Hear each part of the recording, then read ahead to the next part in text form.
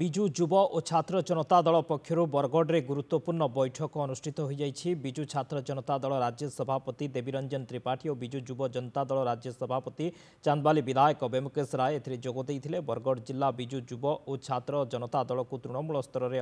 अधिकरू अधिक किपरि शक्तिशाली और संगठित करा जाई पारिबो से संपर्क में गुरुत्वपूर्ण आलोचना होइतिला। आगामी दिन में हेबाकु थिबा कॉलेज निर्वाचन, पंचायत निर्वाचन और एनएसी निर्वाचन गुड़िकरे दल किपरि भल प्रदर्शन करिबो से संपर्क में युव और छात्र माननकु उत्साहित करा जाइतिला।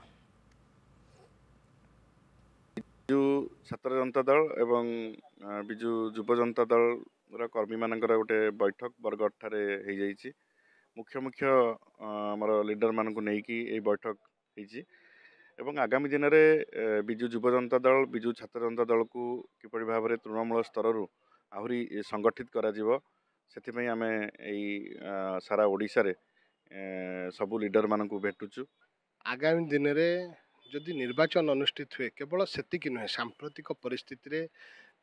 राज्य सरकार दायित्व थिबा भारतीय जनता पार्टी कौन दोष रही कौन त्रुटि रही कौन दुर्बलता रही ता सहित आगामी दिन में विजु युव एवं छात्र जनता दल को केमती सुसंगठित करी रचनात्मक ढंग से समग्र ओडिशा जो दायित्व न्यस्त करछि विजु जनता दल उपरे विजु जनता दल सभापति नवीन बाबू उपरे ताकू केमती विरोध दलर भूमिका केमती सुचार भाव निर्वाह करा जाई परिबो सेतपई विभिन्न अंचल विभिन्न जिला जाई आमे युव नेता छात्र मानक सहित आलोचना करछु। आगामी दिन रे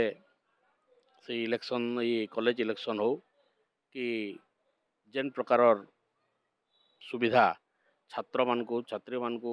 मान्यवर पूर्वतन मुख्यमंत्री नवीन पट्टनायक देइथिले से सुविधा समान ठीक भाव में पाई पारुछन कि नहीं। आगामी दिन आग पूर्व दिन मान को जनता हिसाब छात्र मान संगे रहीकरी कॉलेज मान के तांकर सुविधा असुविधा सबू आमर छात्र नेतृवृंद गुड़ाक बुझुले से हिसाब आगामी दिन मान के भी बुझुन।